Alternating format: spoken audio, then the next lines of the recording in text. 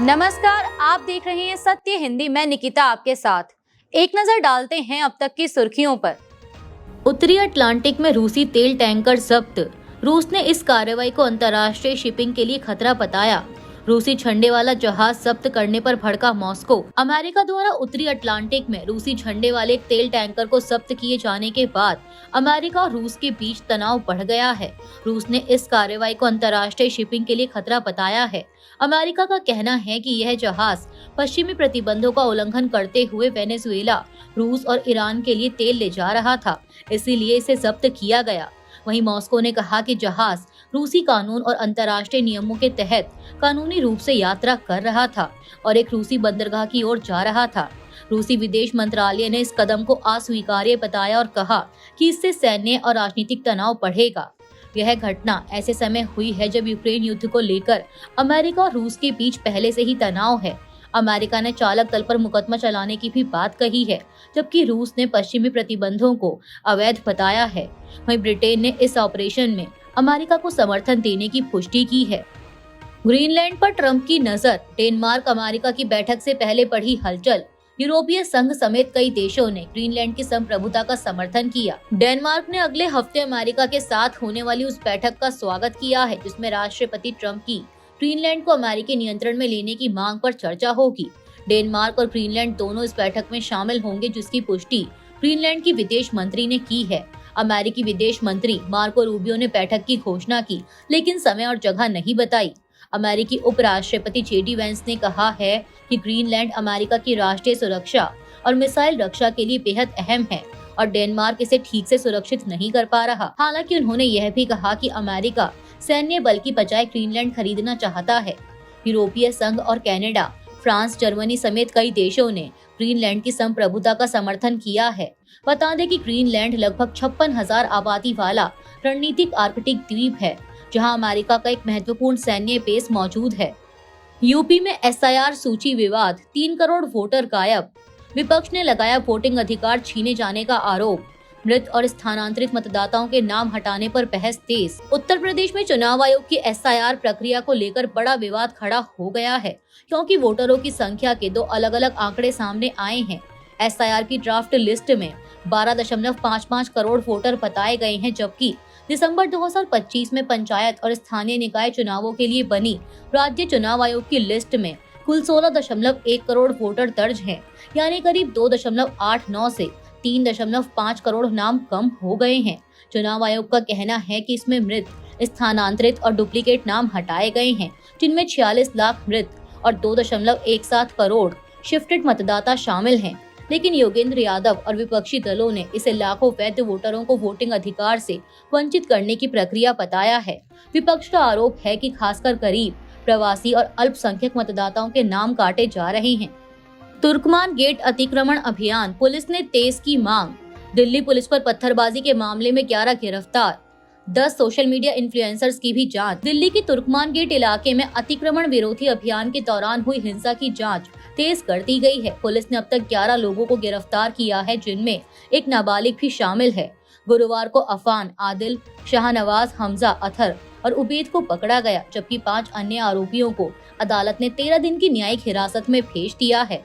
यह अभियान हाईकोर्ट के आदेश पर फैज़ इलाही मस्जिद के पास चलाया जा रहा था। मंगलवार और बुधवार की रात पुलिस पर पत्थर और बोतलें फेंकी गईं, जिसमें एसएचओ समेत 5 पुलिसकर्मी घायल हुए। पुलिस का कहना है कि सोशल मीडिया पर मस्जिद गिराए जाने की झूठी अफवाह फैलाने से करीब 200 लोग इकट्ठा हो गए और हिंसा हुई। 10 सोशल मीडिया इन्फ्लुएंसर की पहचान की गई है और एक महिला इन्फ्लुएंसर से पूछताछ हो रही है। मामले की जाँच जारी है। सोनम वांगचुक की एनएसए के तहत गिरफ्तारी पर सुप्रीम कोर्ट में हुई सुनवाई। वांगचुक का आरोप गिरफ्तारी बिना आधार के। कोर्ट में वकील ने पेश किया तर्क। मामले की अगली सुनवाई 12 जनवरी को तय। क्लाइमेट एक्टिविस्ट और शिक्षा सुधारक सोनम वांगचुक की एनएसए के तहत गिरफ्तारी को चुनौती देने वाली याचिका पर सुप्रीम कोर्ट में आज सुनवाई हुई। वांगचुक की पत्नी गीतांजलि अंगमो की ओर से पेश वरिष्ठ वकील कपिल सिब्बल ने कहा कि अनशन खत्म करते समय दिया गया उनका भाषण हिंसा रोकने के लिए था, न कि भड़काने के लिए। उन्होंने दलील दी कि गिरफ्तारी के पूरे आधार नहीं बताए गए और कानून के मुताबिक ऐसा आदेश गलत होता है। सोनम वांगचुक को 26 सितंबर 2025 को एनएसए के तहत गिरफ्तार किया गया था, जब लेह में लद्दाख को राज्य का दर्जा और छठी अनुसूची में शामिल करने की मांग को लेकर हुए हिंसक प्रदर्शन में 4 लोगों की मौत और 90 लोग घायल हुए थे। सरकार ने उन पर हिंसा भड़काने का आरोप लगाया था और बाद में उन्हें जोधपुर जेल भेज दिया गया। सुप्रीम कोर्ट ने मामले की अगली सुनवाई 12 जनवरी को तय की है। आईपैक पर ईडी के छापे को लेकर बवाल, ममता बनर्जी बनाम केंद्र, मामला हाई कोर्ट पहुंचा। ईडी के खिलाफ भी एफआईआर दर्ज। पश्चिम बंगाल में ईडी की छापेमारी के बाद केंद्र और राज्य सरकार आमने सामने आ गई हैं और मामला अब हाई कोर्ट पहुंच गया है।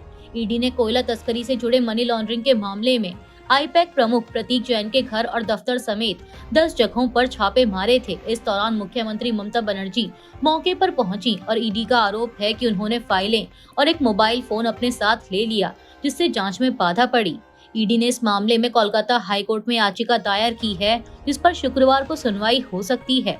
दूसरी ओर बंगाल पुलिस ने ईडी अधिकारियों के खिलाफ कथित अतिक्रमण और आपराधिक धमकी की एफआईआर दर्ज की है।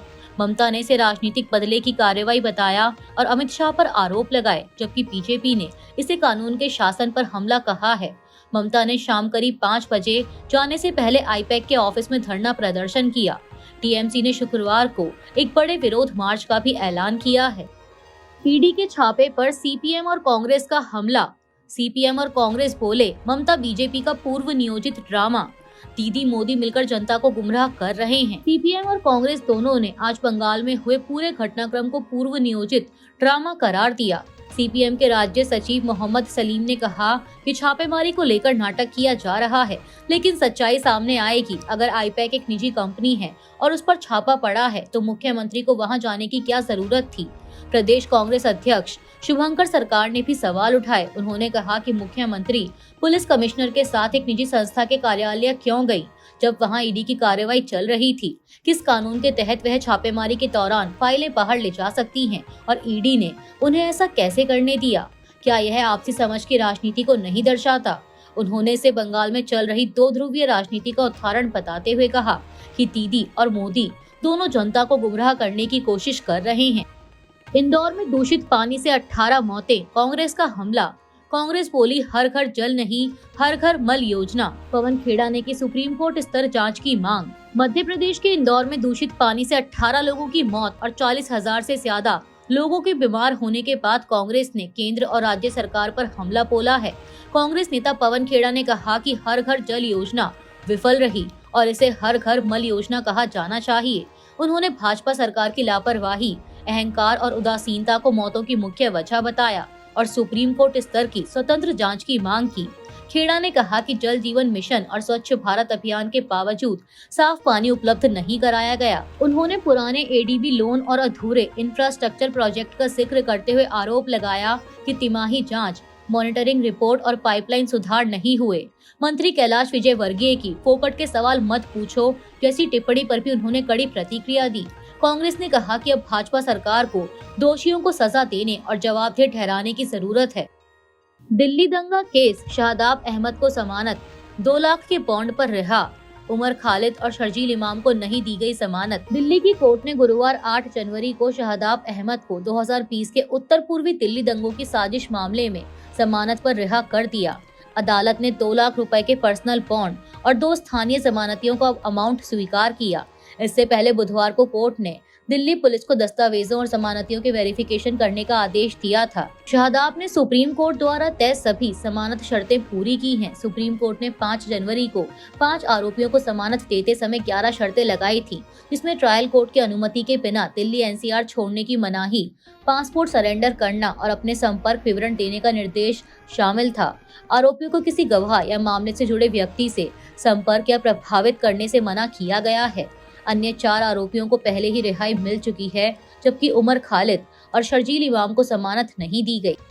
तमिलनाडु चुनाव से पहले बीजेपी का एआईएडीएमके पर दबाव, 3 मंत्री पद की गारंटी और 56 सीटों की मांग। पार्टी को उम्मीद है कि 15 जनवरी तक एनडीए एकजुट मोर्चा पेश करेगा। बीजेपी ने तमिलनाडु में विधानसभा चुनावों से पहले एआईएडीएमके से सत्ता में हिस्सेदारी की औपचारिक गारंटी मांगी है और जीतने पर कम से कम 3 कैबिनेट पदों की मांग रखी है। इंडियन एक्सप्रेस की रिपोर्ट के मुताबिक यह बैठक बुधवार को दिल्ली में केंद्रीय गृह मंत्री अमित शाह, और AIADMK के महासचिव एडप्पादी पलानीस्वामी के बीच हुई। सूत्रों के अनुसार पलानीस्वामी ने तुरंत कोई प्रतिबद्धता नहीं दी और कहा कि इस मुद्दे पर पार्टी के भीतर सलाह मशविरा करना होगा। बीजेपी ने 234 सीटों में से 56 सीटों पर चुनाव लड़ने और अलग अलग एनडीए सहयोगियों में वितरण का प्रस्ताव भी रखा। इसके अलावा बीजेपी ने नाराज गुटों जैसे ओ पन्नीरसेल्वम और टीटीवी दिनाकरन के साथ संपर्क बढ़ाया है। पार्टी को उम्मीद है कि 15 जनवरी तक एनडीए एकजुट मोर्चा पेश करेगा और प्रधानमंत्री मोदी के तमिलनाडु दौरे से पहले सभी सहयोगी साथ होंगे। यह कदम तमिलनाडु की राजनीति में बड़ा बदलाव ला सकता है। रूस से तेल और यूरेनियम खरीदने वाले देशों पर 500% टैरिफ की तैयारी। भारत, चीन और ब्राजील पर पड़ेगा असर। ट्रंप ने रूस प्रतिबंध बिल को दी मंजूरी। अमेरिका में सैंक्शनिंग रशिया एक्ट ऑफ 2025 नामक द्विदलीय बिल तैयार किया गया है। इसमें रूस से यूरेनियम और पेट्रोलियम का कारोबार करने वाले देशों पर 500% तक के टैरिफ लगाने की तैयारी है। इस लिस्ट में भारत के अलावा चीन भी है।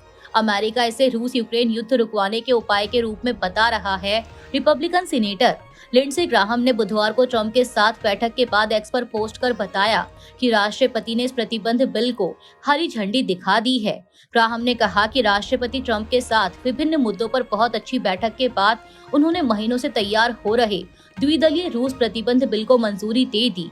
उन्होंने उम्मीद जताई कि अगले हफ्ते से ही इस पर मजबूत द्विदलीय मतदान हो सकता है। ग्राहम ने आगे कहा कि यह बिल राष्ट्रपति ट्रंप को उन देशों को सजा देने की पावर देगा जो सस्ता रूसी तेल खरीदकर पुतिन की युद्ध मशीन को ईंधन दे रहे हैं।